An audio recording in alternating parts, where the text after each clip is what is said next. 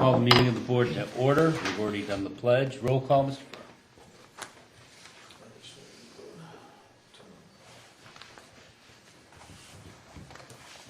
Mark Finkel. Here. Thomas Stover. Here. Albert Hayes. Here. David Bergstresser. Here.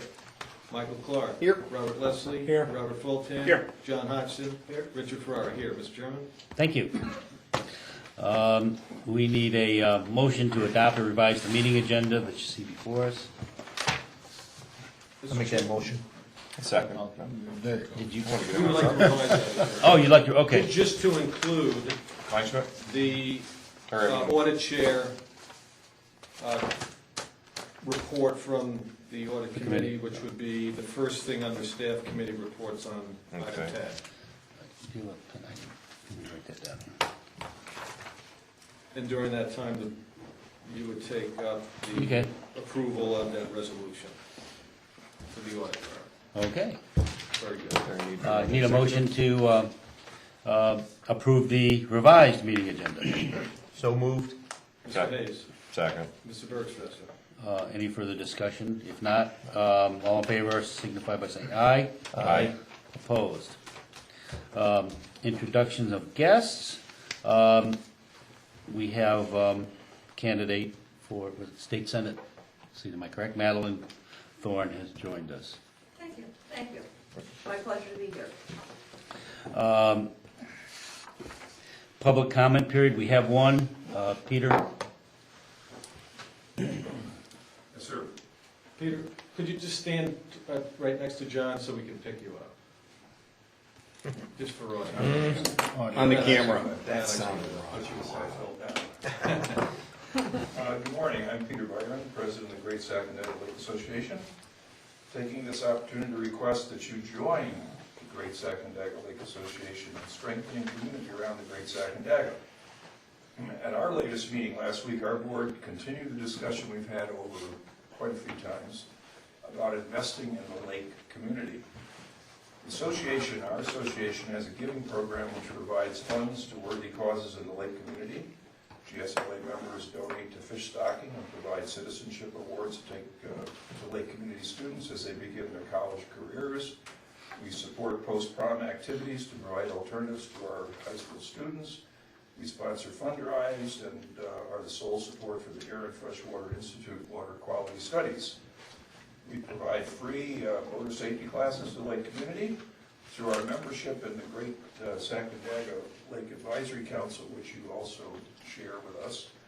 We have sponsored the Lake Steward Program, which is starting up again this summer to provide information on invasive species and how people can clear the boats before they get to the lake. The GSLA also provides water level and weather warnings to our members, and this winter even provided break-in warnings when there was an outbreak of copper thieves. Those of you who remember that, operating in the lake community. We're happy to help the community when we can. As a matter of fact, we'd be happy to include your permittees on our e-burst list if you wanted us to do that, so we could provide further information. Now you ask, what does this have to do with the regulating district? Well, the regulating district is a member of the lake community. There's not a place on the lake that individuals do not see your signs, hopefully. You operate a permit system and you provide permission for modifications of structures in the areas you control. The Hudson River Black River Regulating District controls the Great Sacandaga's water flow. In the past, I've requested that you join us in providing a stronger public relations posture on the lake. You have a lot to be proud of, but regretfully, you don't appear to share this in a consistent manner with the public. The GSLA operates a website, gsla.org, and posts information from all sources around the lake. We mail an e-burst to our members. As a matter of fact, we've included, I think, most of the members of the board on that as well. The most frequent requests on our site are for lake level statistics and trends. The lake community would like to hear what you're doing. When we post links to your board meeting videos, our members click. I'd love to look at that. The GSLA has benefited from Executive Director Mike Clark's participation in our annual membership meeting. Mike Clark is an informative and gifted speaker. Our members look forward to his annual presentation and his willingness to answer audience questions. Our members look forward to his presentation and have nothing but compliments for his willingness to spend time with them on Friday evening in August. Mike Clark is not the only person on staff who does a tremendous job in telling the district's story.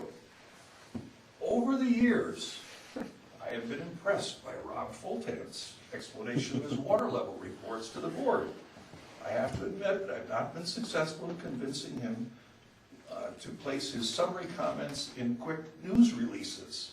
But today, I hope to gain the board's support in having him share the good work which he does on water levels. This comment, by the way, is not unexpected by Rob, because I made my latest pitch to him upon leaving the Great Sacandaga Lake Advisory Council meeting last Friday, which he remembers. We believe that you have a story to tell on the Great Sacandaga, and ask that you take a more active part in producing periodic short articles on water level conditions and trends, as well as the latest decisions which impact directly on permit holders. Our request is not exhaustive, but it's a beginning. We'd be happy to talk. It's our experience that this type of publicity from your agency will result in immediate positive response from the community. The community is not aware of your functions, your duties, your accomplishments, and your participation in the Great Sacandaga Lake Association and the Great Sacandaga Lake Advisory Council, to name a few. The Great Sacandaga Lake Association stands ready to have you join us in your stories about investing in the lake community. Thank you. Sure. Thank you. Thank you for your comments. I'm going to autograph this copy from Mr. Fulton. You don't want me to autograph it for you? Mr. Clark, you notice they provided one to Mr. Fulton. Oh, thank you. Thank you for your comments. We need the approval of our April 8th regular board meeting minutes, which we all have had. So moved. Mr. Burgess. Second. Any discussion, corrections, or additions? No, I didn't see anything. All in favor, say aye. Aye. All opposed? Report of the executive director. Mr. Chairman, thank you. My report is on page 28. I'd be happy to speak to anything in there. I do have some items to add to that.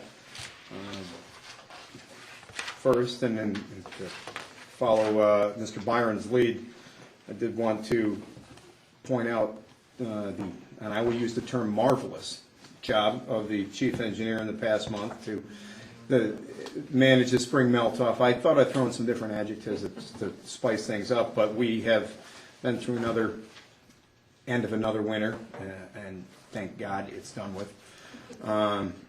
It was a long one. Maybe. I know. You'll notice that the reservoir is high. I'm not going to steal any of the technical thunder from our engineer, except to say that it was managed very well and had quite an impact on the upper Hudson, as it always does, and to the effect there was some flooding during the last month, and at that time we were releasing almost no water and storing it all and keeping a significant portion or percentage of water out of the upper Hudson drainage, and thereby reducing levels in the critical areas downstream significantly by several feet in some cases at the crest, at the highest water flows. And the reservoir and its operations, and managed by the chief engineer, did its job, and I will let him address that in greater detail, but I wanted to at least break the ice on that. As has become the new norm for me, much of my time in the past month has been spent with our general counsel dealing with the various litigation issues that we are still ongoing for a while, and we continue to work towards solutions in that. Also, as the board will recall, during since the end of October last year through the beginning of April this year, We had an audit from the Office of the State Comptroller. At least the field portion of that has been completed. The auditors are not in the office. We have seen and received 5 that are draft inter-office, interagency reports. So we expect a final draft at some point. But I did want to report that they have completed their work within the regulating district's offices. Also, this past month, there was a post to the website regarding the flood protection preparation and the state of the reservoirs, and it was during the time of the highest flows in the Hudson and the Sacandaga, and it explains in more detail than I'm going to right now all the specifics in terms of elevations and flow rates and releases from the reservoir, all those efforts that we made to store water and reduce flooding on the Hudson. Also, briefly, I will mention that we intend to solicit professional firms for RFPs for land surveying services, just on an as-needed hourly basis. I don't know that we will use even 1 hour of it, but I would expect that we would occasionally use the services of a professional land surveyor. Don't need it every minute, but when we need it, we need it. So our thinking is that we would at least have one under contract for an hourly rate. So we're going to see what kind of response we get, and we'll report to the board on that. I expect that will be ready to go if it has not already put out there for and distributed to the public and to the firms. Lastly, just want to mention, although Mr. Hodgson we are working now with I believe the term is broker, for to deal with the workboat. It still sits there. It's a shame that it sits there, and quite frankly, we need to replace that with a boat that's going to be more usable for us. And in an effort to do that, we're hoping that we can get a decent price for that, if the board's willing, and in turn get a different watercraft that's going to serve us much better. We do have some concepts, but we do also, as you may recall, have budgeted in for this current 3-year budget a replacement boat, but that boat is not on the scale of the workboat, the gigantic landing craft looking boat that we have.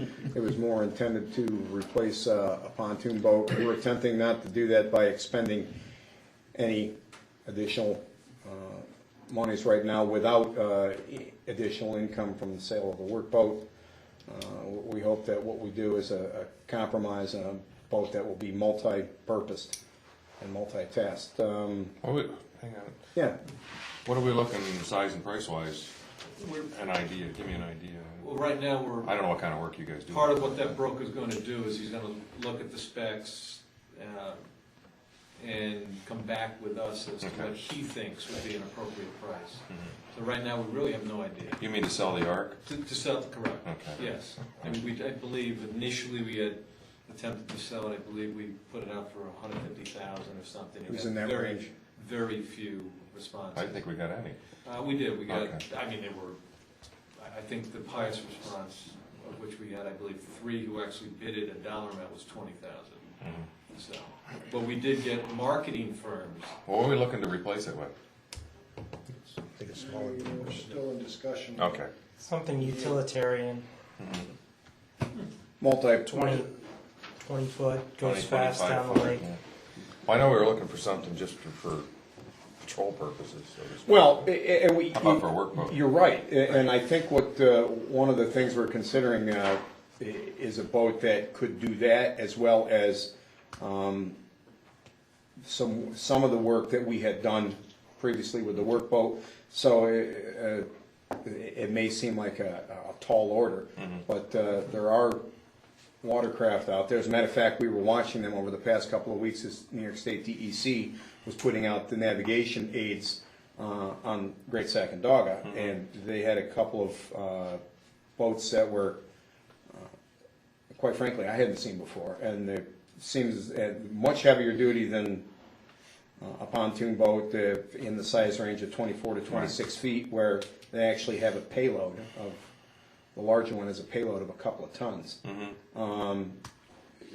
So able to move small equipment and potentially some material if we want, configured similar to the workboat, but not something that's going to take a voyage of 4 days to get to Conklin Dam if we feel the need to go that way. The idea being that you could use it for inspection purposes as well as maintenance work. And Okay.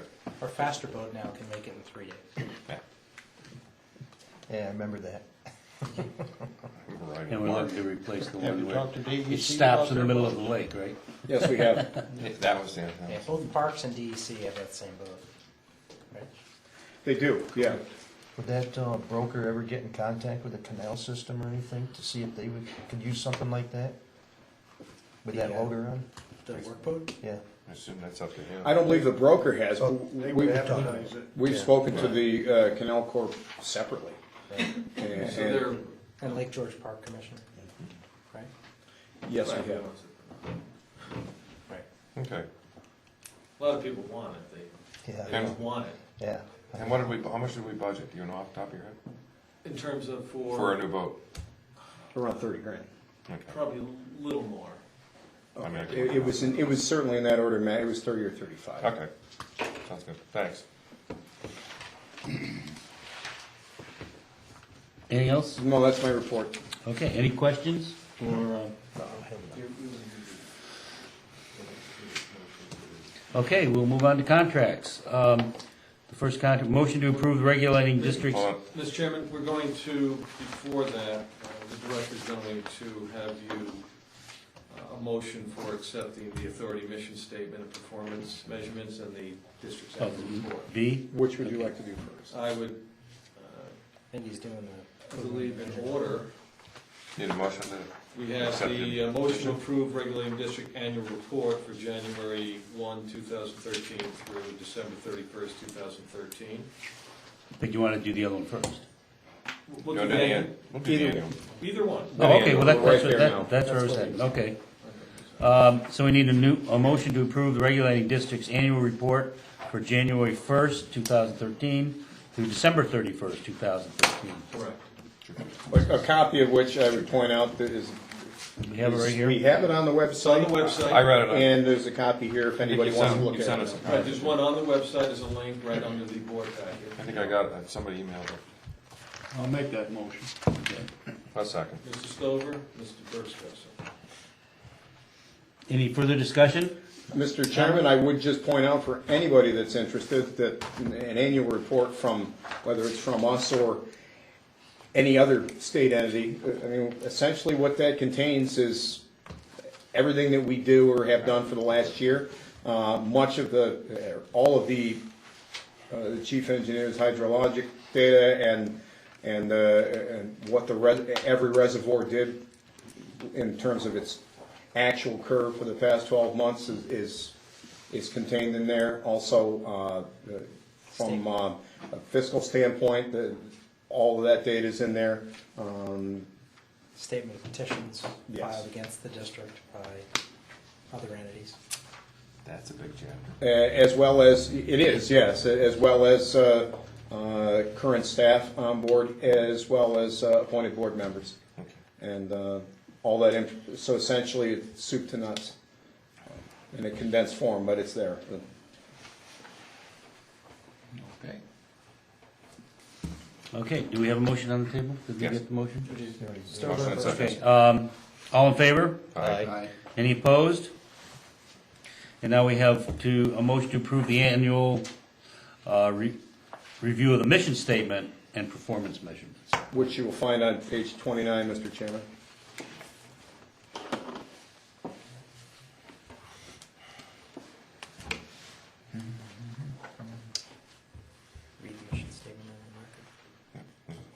Say again. Shall I? Ready for the motion? Well, I think what I need to do here is read the mission statement into the record. It's Right. what Okay. we're supposed to do each year, and Right. it's a little long-winded. So, the mission of the Hudson River Black River Regulating District is to construct, maintain, and operate reservoirs in the upper Hudson River and Black River watersheds, including the Sacandaga, Indian Lake, Black Moose, and Beaver Rivers, for the purpose of regulating the flow of streams or rivers when required by public welfare, including public health and safety. Regulating reservoirs operated by the regulating district include Great Sacandaga Lake, Indian Lake, Stillwater Reservoir, Six Lake, and Old Forge. Benefits derived through the successful completion of the mission include but may not be limited to flood protection to the public corporations, counties, and parcels of real estate, power plants, downstream of said impoundments. Low flow augmentation to provide sufficient water flow enabling downstream wastewater treatment plants to avoid increased treatment costs associated with waste discharge to the lower volume rivers and enabling downstream hydroelectric plants to generate low-cost hydroelectric power in the hot summer months when rates are generally highest. And that was first adopted November of 2007, reaffirmed in March of 2011, and reviewed again in September 2012. And below that, you'll notice that there are specific goals itemized by bullet. And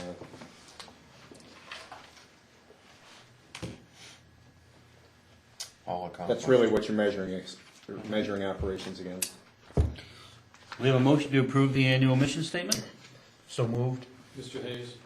Second. Any further discussion, comments? All in favor, say aye. Aye. Any opposed? Thank you. Committee reports, we need the report from the audit committee. The report of the audit committee is to approve the hiring of KBL, is that correct? Correct. KBL to, as our audit firm for the fiscal year ending June 30th, 2014. It was discussed and approved by the audit committee, and we bring it to the full board for approval. I would point out this is a conditional award. We have to, Based on, terms and conditions, Okay. contract. Okay. So amended. So I'd like to make that motion to the full board. A second. Any further discussion? Nope. All in favor, say aye. Aye. Any opposed? No. And that helps us along with our MW. Yes, it gives us again, that invoice will not be paid till the second quarter. So Okay. it doesn't help us in the first quarter, but certainly helps us for this year. Okay, good. Staff and committee reports, general counsel. Chairman, I would say on April 29th, Council for Albany Engineering requested a meeting with the regulating district to discuss Albany Engineering's intent to file a citizen suit on the Clean Water Act. Basically, their counsel alleged that AC will allege that Erie Boulevard has violated state and federal law and regs, and the offer of settlement by discharging a less than consistent volume of water through the EJ West hydroelectric plant. AC claims it's injured by Erie's pulsing of the river flows, causing inadequate flows to AC's turbines during their peak demand periods, and excess water at non-peak demand periods, both of those things causing AC a loss of revenue. We will meet with council and Mr. Bisha and hear them out. I'm not sure that we concur.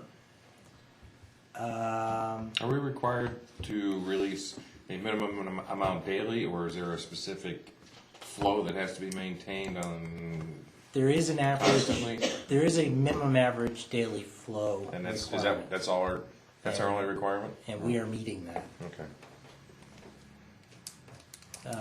And what's our involvement with this suit? Yeah. I'm just curious. We could go to executive session, and I could give you a whole lot more detail on it. Yeah, that's but what I want. I Are we think- involved with it? well, Answer me that, yes or no. on that. yes, we Okay. have a FERC license, and in all likelihood, if a citizen, in this case the corporation, alleges a violation of a provision of the Clean Water Act, which incorporates a term of our license, it is something that we have to deal with. Okay. Typically,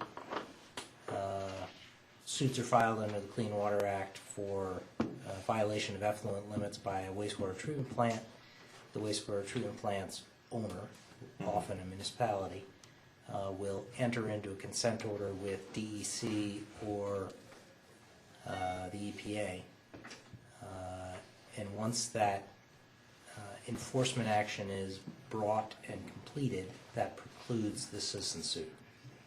In the absence of any action by a federal or state regulator, the citizen suit can proceed. The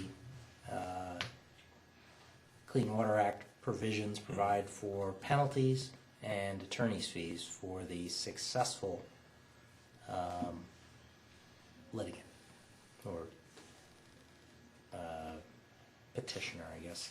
So we'll probably know more after you meet with them. Yeah, Okay. yeah, we'll meet with DEC, and Right. and in the event that AC is going to do something nasty and cause us great harm, No comment. we will work with the department to Okay.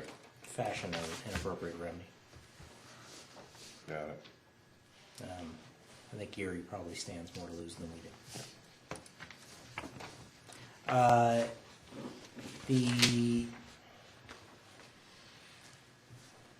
Attorney General had planned to oppose removal of our affirmative suit against Erie Boulevard.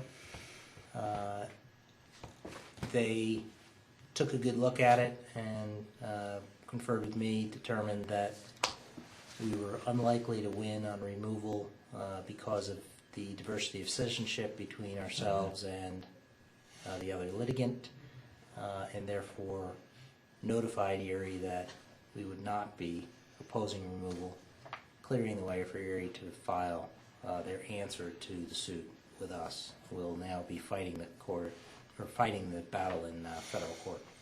Okay.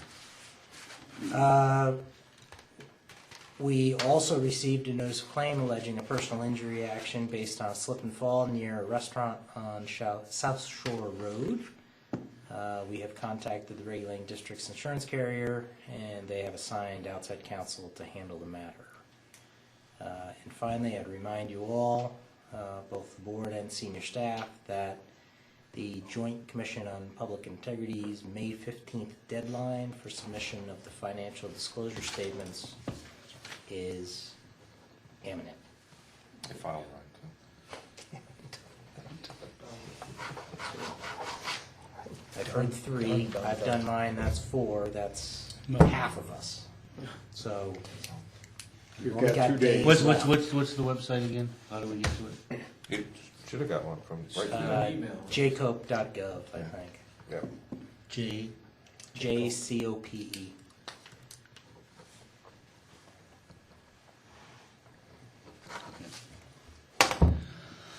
We done today.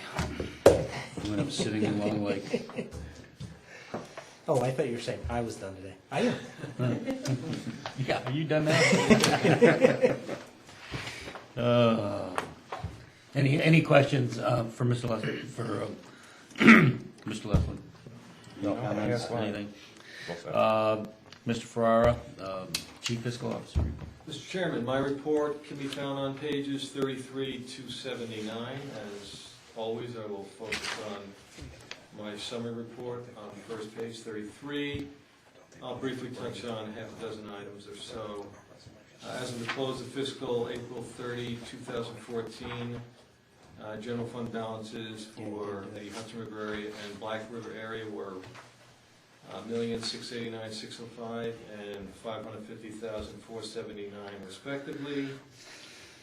Everything, processing, reporting, was done timely and accurate. Financials and cash flows, as always, are in my report, and specifically the cash flows are on page 56, 57, and 58. No material change in those reports. Assessment receivables are up to date. We did receive, this is a big item, we did receive the Hudson River area state share in the amount of $1 million, and that was credited to the district's STIP account on April 22nd, 2014.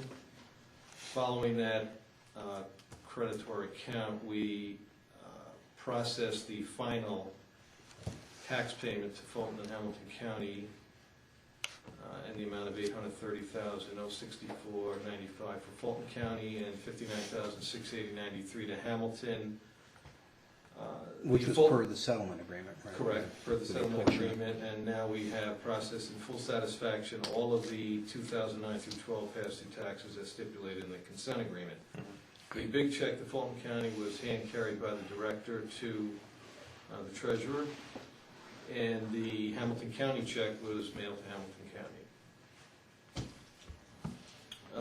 Other material disbursements for the month are monthly health insurance and 2 biweekly payrolls, compliance reporting, the district's MWBE utilization for the fourth quarter and for the year just closed, the state year, is official.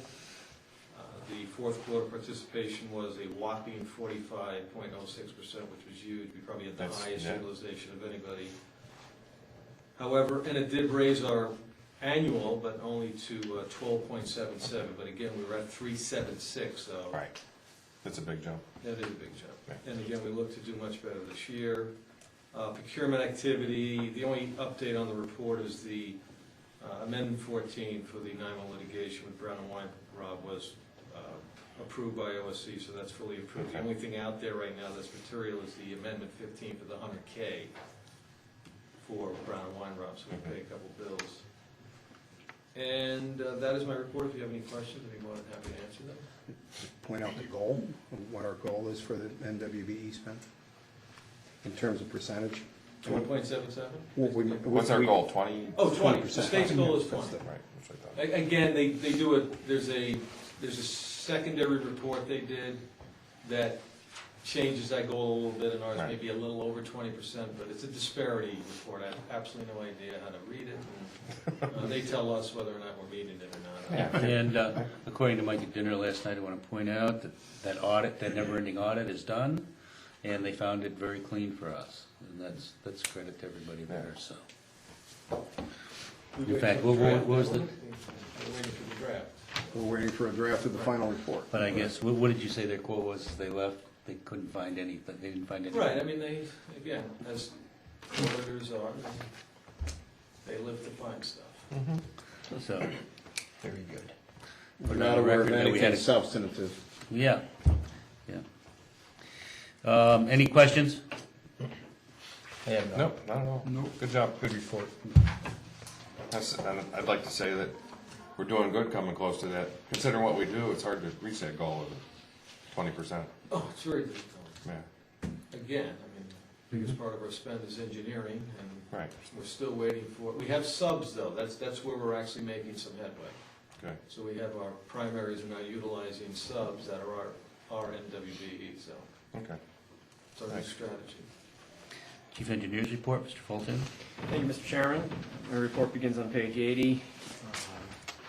As you can expect, because of our later start to the runoff and snow melt, our April inflows in both areas, Hudson and Black, we're above historic average. But as you can see on the various graphs of the elevation of the reservoirs needed, and actually brought our reservoirs right up, at least through the period that each graph represents. fairly close, if not right on, to our target elevation at each one of our reservoirs.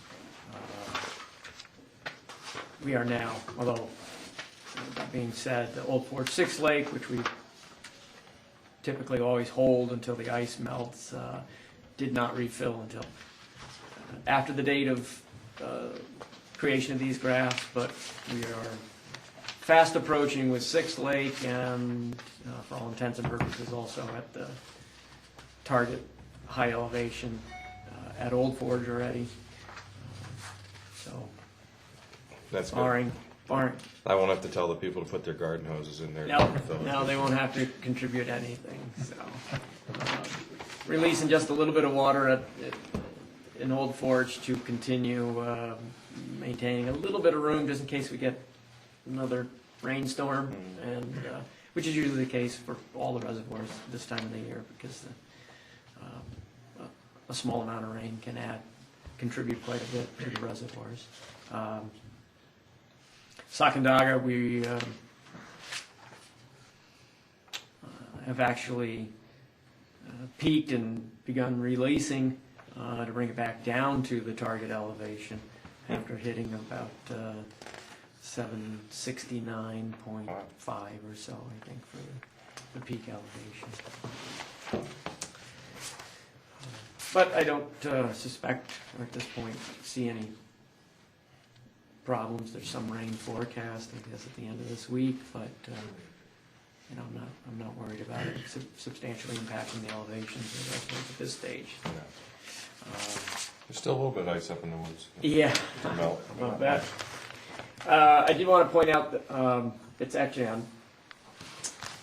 Let's see, it is the third or fourth graph in. It's titled Great Sacandaga Lake Actual Maximum Allowable Hudson River Flow. Below the confluence part of my report, which really, this particular year, Wow. fits the bill for a picture's worth of 1,000 words. There's a peak there. And actually, I modified it from previous, and I think I'll continue to do this, but I included the inflow on that graph into the Great Sacandaga Lake. The inflow, approaching at its peak about 28,000 cubic feet per second for a 24-hour period. It's a lot of water. Yeah, that's the average. And so it really depicts well the amount of the volume as well as the instantaneous flow that we stored at Sacandaga. And along that lines, and continuing with what the executive director previously mentioned a little bit, we did issue a press release, and the summary of that is that Sacandaga reduced by 32,000 cubic feet per second the peak flow that would have occurred downstream of the confluence. At the time that instantaneous peak inflow would have arrived at the Hudson was flowing at about 35,500 CFS. That combined 67,000 CFS, which, had the reservoir not been in place or storing that water, would have resulted in at least an increased flood stage of 6 feet downstream of the confluence. Wow. So, And that's 6 feet at Fort Edward and. yeah, from basically, certainly right in the Hadley Luzerne to Corinth area, but all the way downstream to probably at least Fort Edward. So there's some significant reduction in flooding this year from the reservoir. Black River area, we did, things are proportionate with the size of the reservoirs and all, but we reduced the flood stage at Watertown and Black River by about a foot, and reduced the flow by some 5,000 CFS as a result of storage at Stillwater as well as the smaller reservoirs. I have handed out a revised, or I should say an updated memorandum that addresses the Hawkinsville remediation and removal final study and design. The one that I handed out today is dated May 12th. It includes a revised schedule, and we anticipate receiving now the Kleinschmidt draft report on May 30th, and are planning to have Kleinschmidt make a presentation to the board regarding the remediation and removal alternatives at the June 10th board meeting. And we'll give, use the month of June through July and up to the July board meeting, an opportunity for staff and the public to comment and the board to review the report. And then in July, we would submit final comments to the consultant, have them finalize the report, and then submit it final sometime in mid-August for the board to take some action in September at the September board meeting. So if that schedule seems to be acceptable, we'll definitely move forward and publish that and Sure. work toward that end. Also, if the board concurs, the staff will make available copies of the draft report when it arrives in May, at the end of May, Okay. to the public, and as well as make it available on our website. Sure. Okay. Don't believe I have anything else. Take any questions if you have. And just to point out if we keep it, the June meeting is an inlet, so It is. it will offer the opportunity for people out there to be to a board meeting. Yep. Any questions, comments? Nope. Good report. Thank you. Mr. Hodges. Thank you, Mr. Chairman. My report starts on page 115. You know that the operations in the Black River and the Hudson River area are normal. Southern residents are starting to return here in the area, so the work permit requests have increased. And I'm sure that'll be an ongoing thing throughout the summer. I assisted Tim Harwood last month with his snow survey in the Black River area. It was 55 degrees, so it wasn't too bad. And there was still snow. And there was still snow, yeah. Mm-hmm. 20 some odd inches or more up in Tug Hill. Yeah, it's a lot. There were no thaws this winter, so it never went down. It just kept accumulating. I'm amazed. I drive up the Long Lake now, and on the side of the road, there's still these big, huge chunks Oh, of yeah, ice sitting there. I've seen them last Friday. Yeah, I was there Monday. And the other thing I wanted to mention was I've gotten phone calls also in the office about the water levels at the Great Sac and Dogger Lake. People calling and saying the great job that's being done in the control of the water levels and everything that took place. So I just wanted to make the board aware of that. But that's all I have. I'll be glad to answer any questions. Any questions? No. Thank you. Thank you. Any other board member questions or comments? Resolution for the next board meeting, which is Tuesday, June 10th, 2014, right now scheduled for the Inlet Town Hall. Correct. Motion to accept. Mr. Stover? Second. Second. Mr. Hayes? Any further discussion? All in favor? Aye. Opposed? There being no further meetings, we haven't put in for executive session? There's no reason to go. Nothing's changed. No. Need a motion to adjourn? So Mr. Bergström? Second, or Beth? All in favor? Aye. Thank you, everybody, for coming.